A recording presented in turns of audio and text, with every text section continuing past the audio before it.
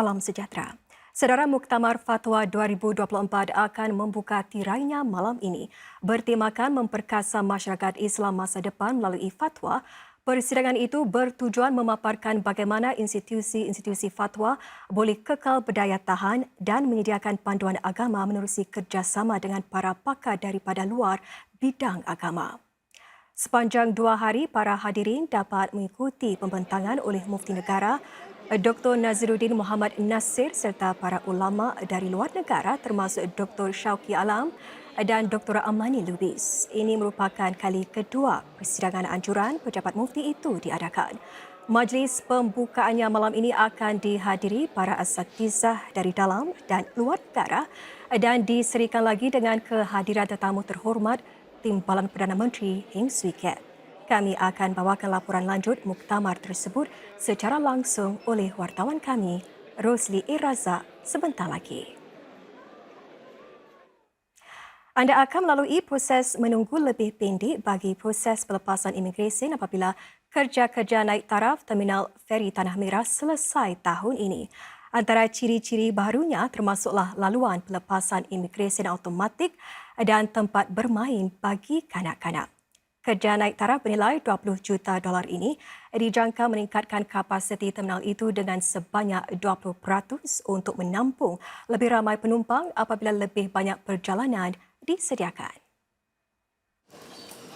Pada hujung minggu atau musim sibuk, para penumpang yang ingin ke Desaru atau Bintan mungkin terpaksa beratur panjang sehingga setengah jam bagi pelepasan imigresen.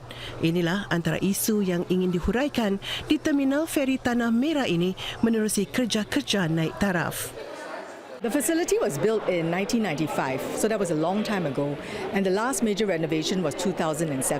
And over the years, we've actually seen the throughput and passenger numbers grow significantly. And in 2019 is when we actually hit close to the very peak of the holding capacity of this facility, which was about 2.4 million. Apabila kerja-kerja selesai nanti, terminal feri ini mampu menampung lebih 3 juta penumpang dengan lebih baik lagi.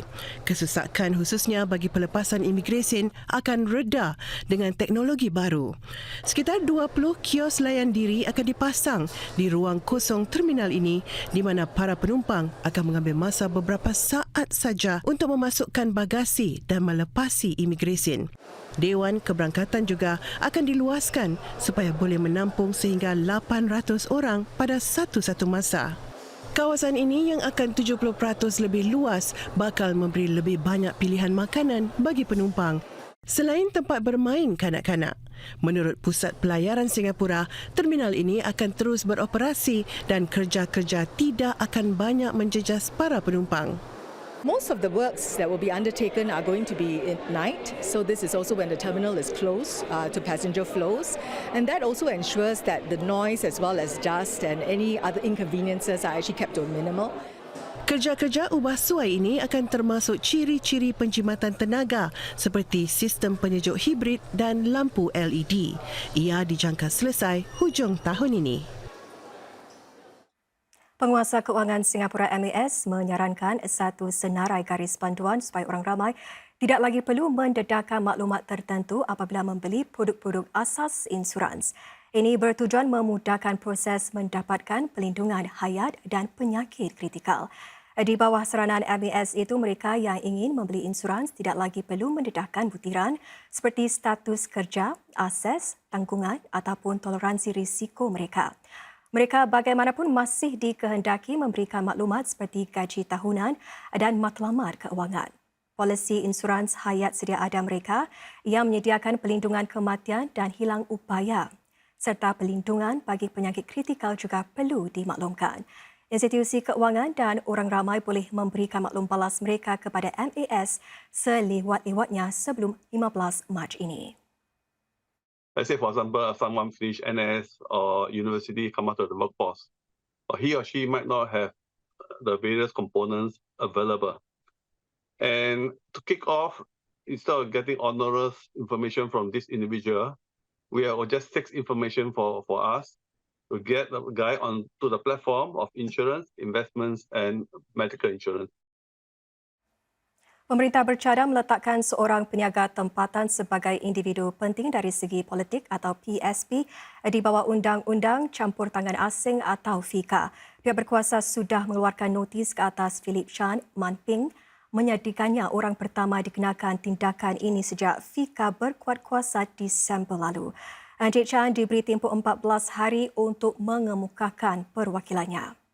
Menurut Kementerian Ehwal Dalam Negeri MHA, Encik Chan dinilai mudah dipengaruhi pelaku-pelaku asing serta bersedia memajukan kepentingan mereka. MHA menganggap kegiatan-kegiatan beliau disasarkan kepada tujuan politik di Singapura, alasan yang kukuh untuk menyifatkannya sebagai individu penting dari segi politik atau PSP.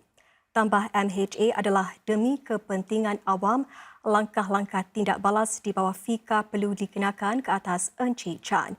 Apabila ditetapkan sebagai seorang PSP, Encik Chan perlu mengisytiharkan sebarang derma politik bernilai $10,000 dan ke atas. Kaitannya dengan pihak asing serta faedah migrasi. Kesemua ini perlu didedahkan setiap tahun.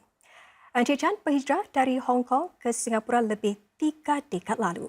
Kini berstatus warga Singapura, beliau yang berusia 59 tahun bergiat dalam sektor hartanah dan menjadi pengarah urusan kepada 4 syarikat hartanah. Encik Chan juga merupakan Presiden Persatuan Peniaga Hong Kong Singapura dan Kelab Kowloon. Beliau juga aktif di badan-badan akar umbi serta menjadi pemimpin di Kelab Masyarakat Punggol Park dan Bukit Timah. Lebih banyak projek binaan sektor awam pada masa depan akan diletakkan di bawah rangka kerja keselamatan di tempat kerja.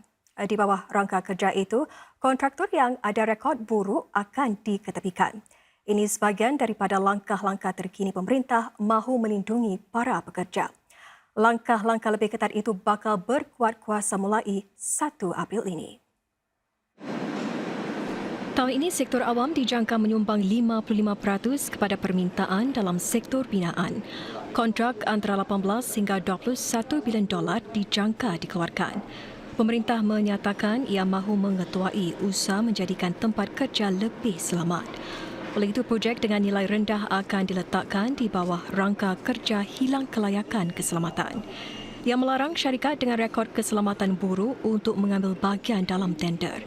Misalnya, bermula April ini, rangka kerja itu akan diterapkan kepada kontraktor utama dengan projek-projek antara $90,000 hingga $1 juta.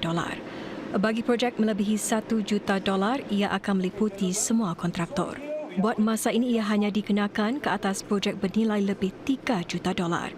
Dan bagi kami amat pentinglah di mana kita terus menjalankan langkah-langkah yang akan datang walaupun kita telah mendapat prestasi yang baik. Kita berharaplah bahawa pemerintah dapat menunjukkan caralah kepada industri bagaimana kita dapat melakukan procurement yang baik menggunakan kontrak, dan pada masa sama kita juga mempunyai menyelaraskan kriteria-kriteria di antara semua kontrak-kontrak pemerintah yang ada. Jadi di sini kita berharaplah dengan langkah-langkah ini kita dapat teruskan meningkatkan keselamatan di industri pembinaan dan selepas ini untuk industri yang lain juga. Yang pasti, fokusnya bukanlah kepada sektor binaan saja. Pemerintah berharap untuk menjadi contoh mengenai keutamaan keselamatan kepada sektor swasta.